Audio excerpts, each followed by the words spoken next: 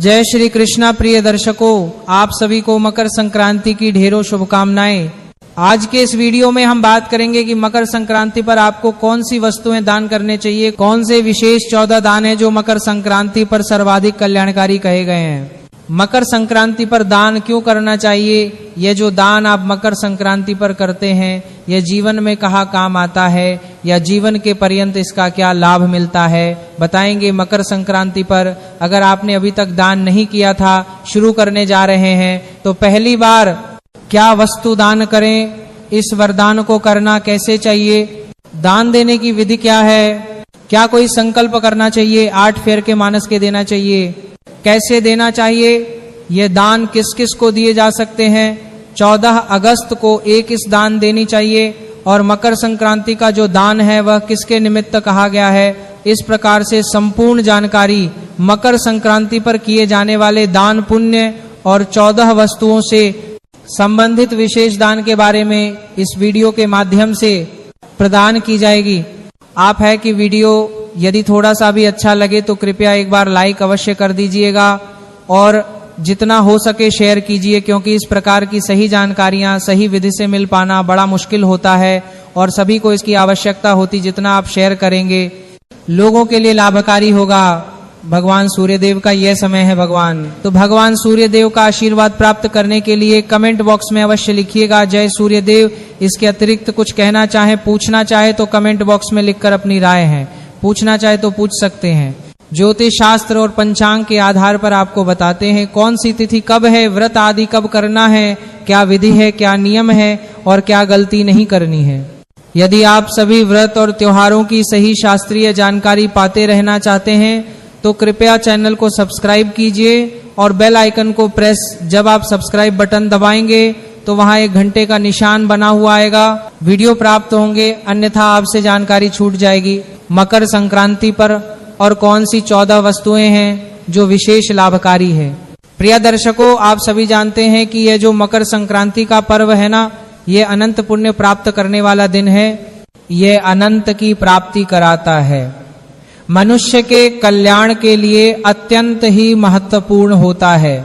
मकर संक्रांति का दिन इतना महत्वपूर्ण क्यों है और इसे मकर संक्रांति क्यों कहते हैं।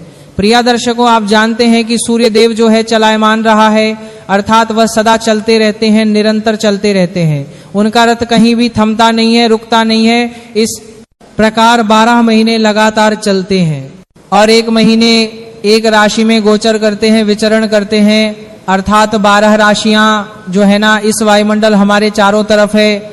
अब सूर्य देव लगातार जब घूम रहे हैं तो वह एक महीना एक राशि से गोचर करते, अर्थात एक राशि से निकलकर दूसरी राशि में जाने में उनको एक महीना लगता है, और ऐसे 12 राशियों में 12 महीने में भ्रमण करते। तो इस प्रकार से संक्रांति यहाँ तो प्रतिमा आती है, हर एक महीने एक संक्रांति होती है। वह संक्रांति उस राशि के नाम से जानी जाती है जिस राशि में सूर्य देव प्रवेश कर रहे हैं। तब 14 जनवरी को जब सूर्य मकर राशि में प्रवेश करेंगे, धनु राशि में चल रहे हैं, सूर्य देव का गोचर धनु राशि में है, जो 16 दिसंबर से हुआ है, जब से क्रमश की शुरुआत हुई है। धनु राशि से निकलकर जब मकर राशि में प्रवेश करेंगे 14 जनवरी को मकर संक्रांति कहलाएगी। अब प्रश्न उठता है कि संक्रांति प्रतिमा आती है, तो यह मकर संक्रांति में ऐसा क्या है। शास्त्र कहते हैं कि जो मकर संक्रांति होती है ना, इससे सूर्यदेव उत्तरायण होते हैं, अर्थात अभी सूर्यदेव का जरूरत है वह दक्षिण की ओर जा रहा था। 6 महीने सूर्यदेव दक्षिणायन रहते हैं, 6 महीने उत्तरायण रहते हैं। जबकि संक्रांति आती है उस दिन सूर्यदेव उत्तरायण होते हैं, अर्थात वह उत्तर की ओर गमन करना आरंभ करते हैं। और जब सूर्यदेव उत्तर की ओर गमन करते हैं तो सबसे शुभ मांगलिक योग बनते हैं, उत्तम योग बनते। इसीलिए उत्तम योग में जब कोई भी वस्तु दान की जाती है तो उसका जो पुण्य है वो कई हजार गुना अधिक होता है। तो संक्रांति तो सभी महत्वपूर्ण होती है। मैं आपको समय समय पर बताता भी आया हूं कि संक्रांति है, इस पर इतना पुण्य है, इस पर इतना पुण्य है, क्योंकि यह उत्तरायण की संक्रांति है तो उसका सर्वाधिक पुण्य शास्त्रों में कहा गया है। संक्रांति का पुण्य तो बहुत महत्वपूर्ण होता है, पर जब उत्तरायण की संक्रांति होती है जिसे मकर संक्रांति कहते हैं, उस समय जो योग बनते हैं वो सर्वाधिक शुभ मांगलिक होते, सबसे अधिक प्रभावशाली होते हैं। उस समय इसीलिए उस दिन जो भी आप दान पुण्य करते हैं वह सब अक्षय फलदायी हो जाता है, अनंत फलदायी हो जाता है, जिसकी तुलना भी किसी और के साथ नहीं की जा सकती। इसीलिए मकर संक्रांति पर आपको दान अवश्य देना चाहिए। मकर संक्रांति पर आपको उत्तम कर्म अवश्य करने चाहिए। मकर संक्रांति पर एक छोटा सा दान भी आपको साधारण दिन में सोने के दाने के बराबर फल दे सकता है। इतना फल है मकर संक्रांति का। उस दिन जो भी वस्तु आप दान करेंगे उससे पुण्य की प्राप्ति है वह कई हजार गुना अधिक होती है। प्रश्न उठता है कि हमें मकर संक्रांति प्रदान करना क्यों चाहिए? ये पुण्यदायी है वो तो ठीक है, लेकिन ये दान हमारे काम के साथ है। जी किस काम का है हमारे लिए, कहाँ काम आएगा? ये तो शास्त्र कहते हैं कि जब मनुष्य सत्कर्म करता है तो उससे उसके पुण्य का तराजू बढ़ जाता है, अर्थात उसका जो जीवन में उसके सत्कर्मों की जब संख्या बढ़ जाती है तो उसके दिन अच्छे आते हैं। हमारे जो अच्छे और बुरे दिन है ना, वो हमारे कर्मों के अनुसार चलते, जब हमारा पुण्य का तरह जो अधिक भारी होने लगता है तो हमारे बुरे दिन जो है वह समाप्त होने लगते हैं, अर्थात हमारे जीवन के जो संकट है वह समाप्त होते। हमें धन संपत्ति की अगर आवश्यकता है तो वह प्राप्त होती है। जीवन में कलह क्लेश है उसमें शांति प्राप्त होती है। जीवन में कोई अन्य परेशानी है तो उनमें राहत प्राप्त होती है। जब आपके पुण्य कर्म बड़े होते हैं तो वहीं जब आप कम बढ़ते हैं तो ये परेशानियां बढ़ जाती। तो दान जब आप करते हैं, सदकर्म जब आप करते हैं तो आपका जीवन जो है वह सुखी होता है। ये तो लाभ है इसी जीवन में। दूसरा इसका जो लाभ है वह हमारे संसार से जाने के बाद के लिए है। गरुड़ पुराण कहता है कि ये जो आप दान करते हैं ना, ये सब दान परलौकिक जो कार्य है उसमें आपकी सहायता करता है। जब प्राणी अपना देह त्याग आता है, आत्मा शरीर से निकलकर परलोक में जाती है तो उसका जो मार्ग होता है ना वह बहुत बड़ा होता है और बहुत कठिन होता है। वहां ये सब दान पुण्य आपके काम आते हैं। यदि आपने ये वस्तुएं दान की होती है तो ये सारी सुविधाएं, ये सारी वस्तुएं आपको उस मार्ग पर मिलती है और फिर आपका वह जो मार्ग है उसको बिताना सरल हो जाता है। जैसे उदाहरण के लिए बहुत ही जटिल मार्ग है, कंकड़ पत्थर उस पर बहुत अधिक है, बहुत कांटे हैं, बहुत विकराल जंगल है, कैसे पार करेंगे? अगर आपने जूता दान किया होगा, उपादान किया होगा तो आपको वह बड़ी आसानी से राह पार करने में सहायता करेगा। शीत तू है वहां पर जब जीव जाता है ना तो भिन्न भिन्न यातनाओं से होकर निकलता है। यदि उसके दुष्कर्म किए होते हैं तो कर्मों का तो हमें पूरा लेखा जोखा होता नहीं है। एक स्थान वह आता है जहां अत्यंत शीत होता है। अब जो सत्कर्म करके जाएगा उसको वहां उस शीत से बचने के लिए वस्तुएं जाती। जैसे हम यहाँ सर्दियां होती है तो कैसे बड़ी बड़ी जैकेट पहन लेते हैं, शक्कर पहले थे वैसे ही वहां जीव को मिल जाती है चीजें जिससे कि वह शीत कर्म। यहाँ सर्दियां होती है तो कैसे बड़ी बड़ी जैकेट पहन लेते हैं, शक्कर पहले थे वाला जो रास्ता है वो आराम से पार हो जाता है। तो ये जो हम दान करते हैं ये दान हमारे आगे के मार्ग में, हमारे जो यहाँ से जाने के बाद का मार्ग है उसमें बड़ी सहायक होते हैं। और जब तक हम इस जीवन में हैं तब तक तो हमारे सुखों को लाने में इसकी सहायता होती है, सुखों को प्राप्त करने में यह बड़ा सहायक होते हैं। इसीलिए हमें मकर संक्रांति पर तो दान करना चाहिए, क्योंकि इस दिन पर छोटा सा दान अधिक पुण्य देता है। इसीलिए मैं कहता हूं कि संक्रांति के पर्व को हाथ से न जाने दीजिए। तो बाकी बातें बताऊं या बाकी चीजें बताओ कि क्या दान देनी चाहिए, उससे पहले जानते वो 14 वस्तु है जो मकर संक्रांति प्रदान की जाती है। और उसमें भी जो पहली बार शुरू कर रहे हैं उनको किस वस्तु से इसकी शुरुआत करनी चाहिए। और ये जानकारी हमारी युवा पीढ़ी के लिए बड़ी महत्वपूर्ण है, क्योंकि देखिए जो हमारे बड़े बुजुर्ग हैं, जो हमारी माताएं बहनें हैं पहले से करते आ रहे हैं, उनको जानकारी जो युवा है ना, जो अभी इस आस्था के समुद्र में गोता लगाने के लिए तैयार है, तो उनके लिए बड़ा महत्वपूर्ण हो जाता है जानना कि वह कैसे शुरुआत करें। और उनको जब सही जानकारी प्राप्त हो जाएगी ना तो आप यकीन मानिए वह हमारे इस क्रम को और उत्तम तरीके से करेंगे। तो आप जो भी लोग पहली बार दान करने जा रहे मकर संक्रांति का 14 वस्तु का जो नियम होता है ना, अगर आपने पहले कभी नहीं दिया है और आप पहली बार शुरू करना चाहते हैं तो ऐसे किसी भी व्यक्ति के लिए, चाहे महिला है, पुरुष है, बुजुर्ग, जवान है, उन सबके लिए पहली वस्तु जो है वो जो शुभ और मंगलकारी कही गई है वो होती है गोला। आपको गोले से शुरुआत करनी चाहिए। तो आप 14 गोले का दान कीजिए 14 गोले जो बोला गिरी आती है, जो पूजा में प्रयोग होती है, हवन की पूर्णाहुति में भी दी जाती है। तो या तो 14 गोली ले लीजिए, आप 14 को ले नहीं तो उनके स्थान पर नारियल भी ले सकते हैं। 14 नारियल ले लीजिए और आपस का दान करें।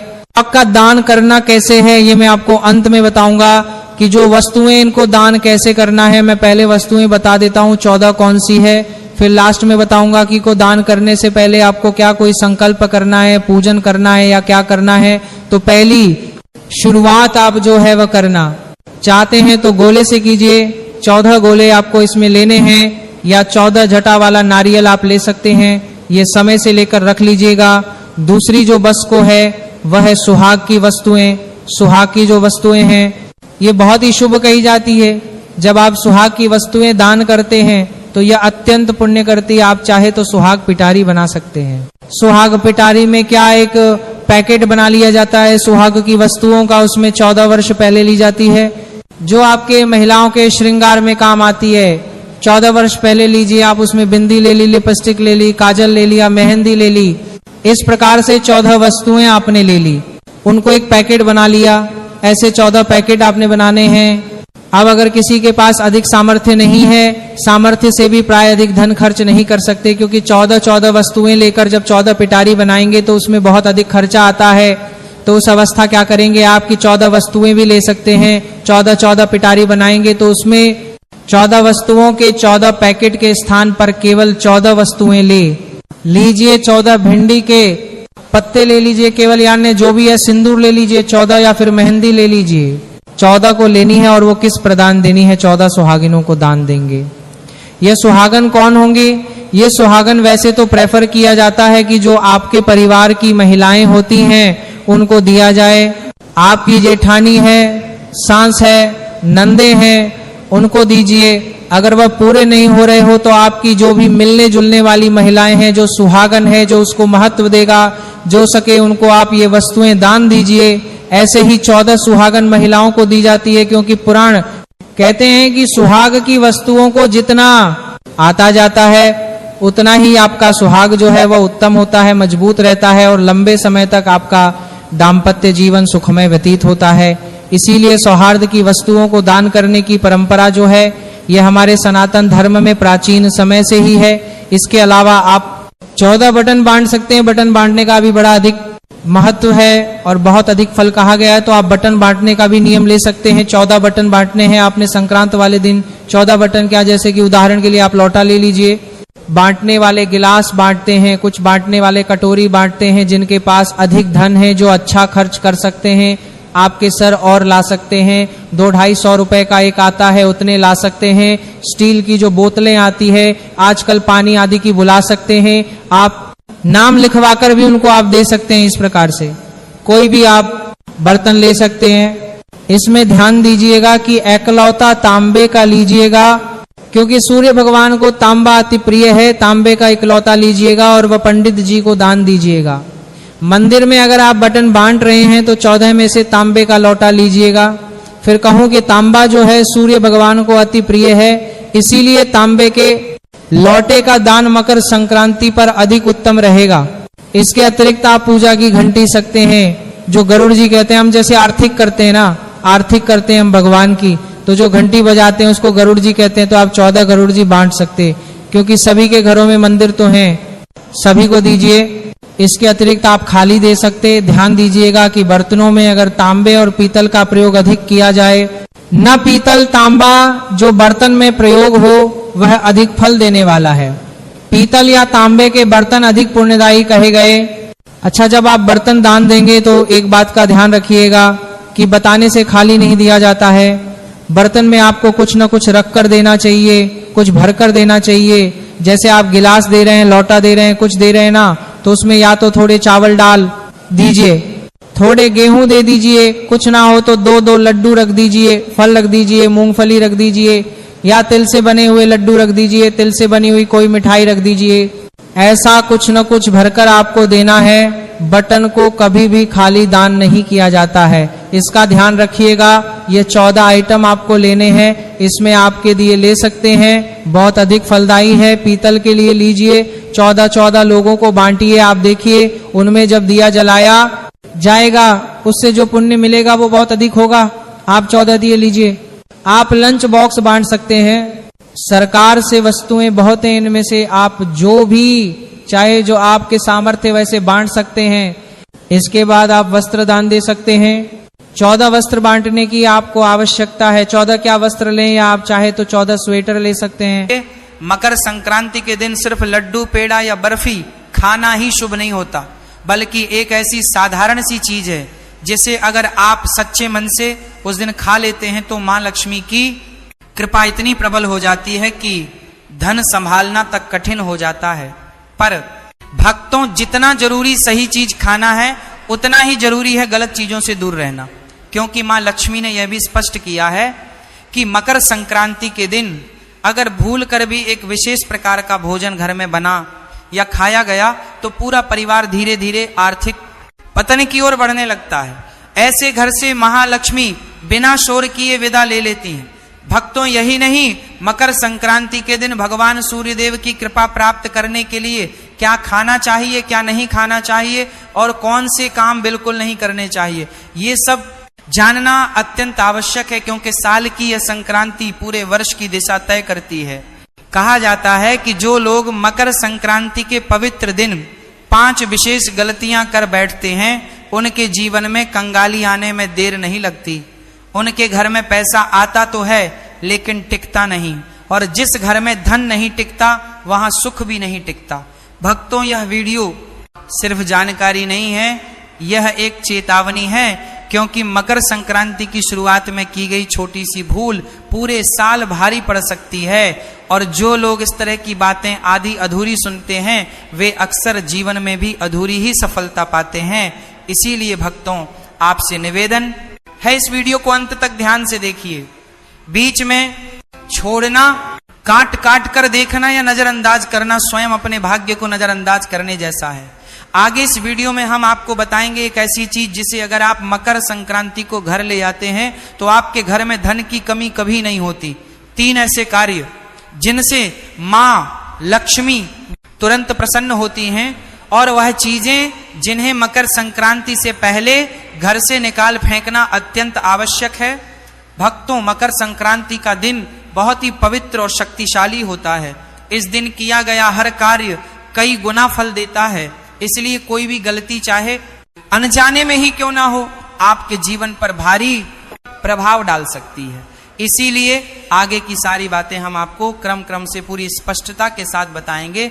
भक्तों, अब हम आपको बताते हैं उन विशेष चीजों के बारे में जिन्हें अगर आप 14 जनवरी मकर संक्रांति के दिन अपने घर में ले आते हैं तो धन की दिशा स्वयं आपके घर की ओर मुड़ जाती है। कहा जाता है कि इन वस्तुओं का संबंध सीधे मां लक्ष्मी की स्थायी कृपा से होता है। सबसे पहली चीज है धातु का कछुआ। भक्तों, शास्त्रों में कछुए को स्थिरता और धैर्य का प्रतीक माना गया है।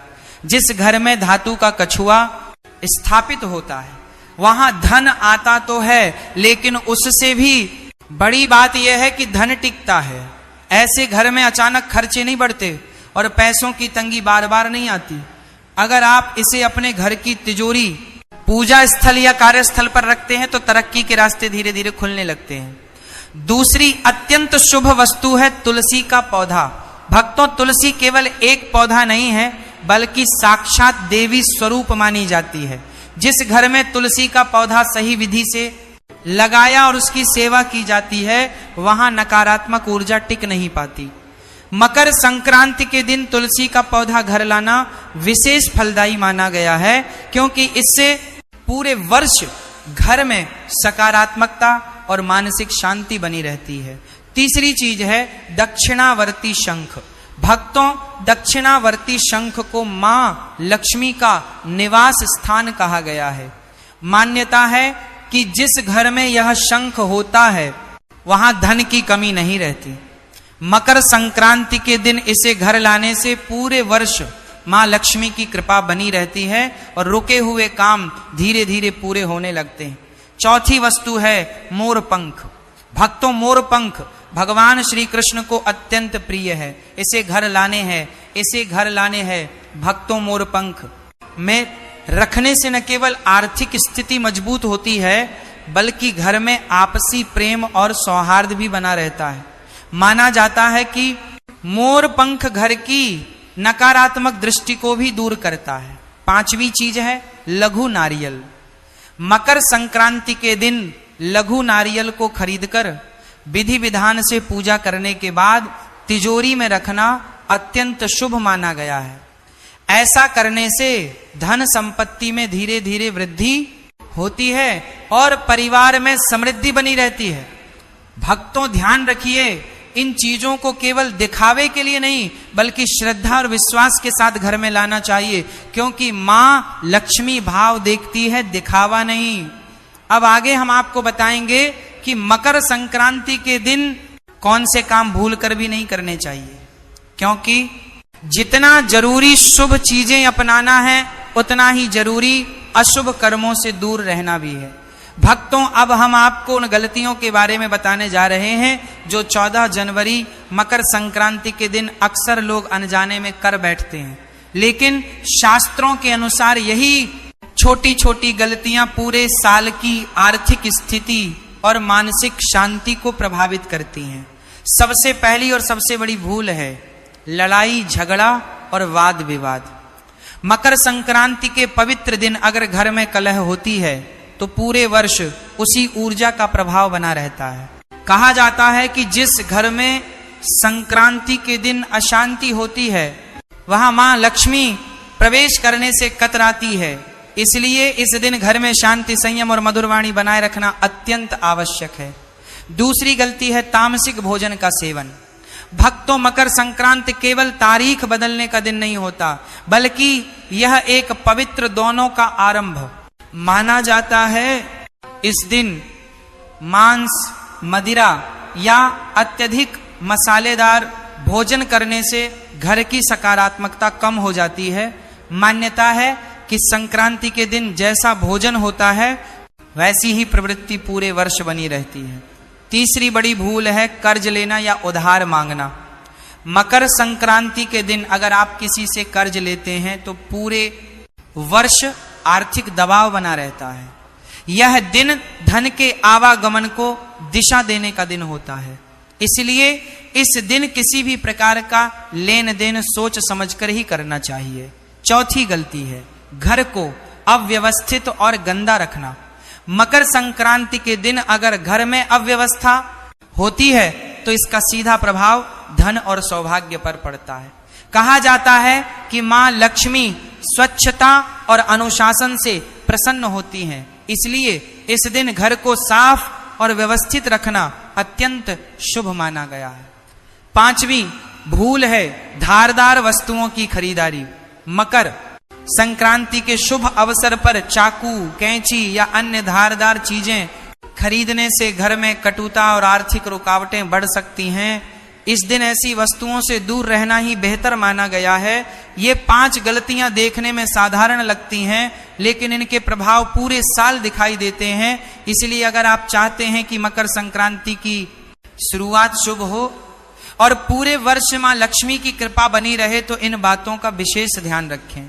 अब आगे हम आपको बताएंगे कि मकर संक्रांति से पहले कौन सी चीजें घर से निकाल देना अत्यंत आवश्यक है, क्योंकि जब तक पुराने दोष घर में रहते हैं तब तक नया सौभाग्य प्रवेश नहीं करता। भक्तों, अब हम उन वस्तुओं के बारे में बात करने जा रहे हैं जो देखने में साधारण लगती हैं, लेकिन वास्तु शास्त्र के अनुसार घर में रुकावट, दुर्भाग्य और आर्थिक हानि को आमंत्रित करती है। मकर संक्रांति से पहले इन चीजों को घर से निकाल देना अत्यंत आवश्यक माना गया है, ताकि मां लक्ष्मी के आगमन का मार्ग साफ हो सके। सबसे पहली चीज है टूटा हुआ शीशा या दर्पण। भक्तों, दर्पण केवल प्रतिबिंब नहीं दिखाता बल्कि ऊर्जा को भी प्रतिबिंबित करता है। टूटा हुआ शीशा नकारात्मक ऊर्जा को कई गुना बढ़ा देता है। माना जाता है कि जो व्यक्ति सुबह उठते ही टूटे शीशे में अपना चेहरा देखता है उसका पूरा दिन बाधाओं से भरा रहता है। इसलिए मकर संक्रांति से पहले किसी भी टूटे दर्पण को तुरंत घर से हटा देना चाहिए। दूसरी चीज है मुरझाए या सूखे फूल। वास्तु के अनुसार सूखे फूल जीवन में निराशा और ठहराव का संकेत होते हैं। कई लोग सजावट के बाद फूलों को हटाना भूल जाते हैं, जिससे घर में नकारात्मकता बढ़ने लगती है। मकर संक्रांति से पहले ऐसे सभी मुरझाए फूलों को बाहर निकालकर ताजे और सुगंधित फूलों से स्थान भरना चाहिए। तीसरी चीज है, महाभारत या युद्ध से संबंधित चित्र और पेंटिंग शास्त्रों में स्पष्ट कहा गया है कि घर में युद्ध, संघर्ष या रक्तपात से जुड़ी तस्वीरें नहीं लगानी चाहिए। महाभारत भले ही एक महान ग्रंथ है, लेकिन उसकी युद्ध से जुड़ी छवियां घर में तनाव और क्लेश को जन्म देती हैं।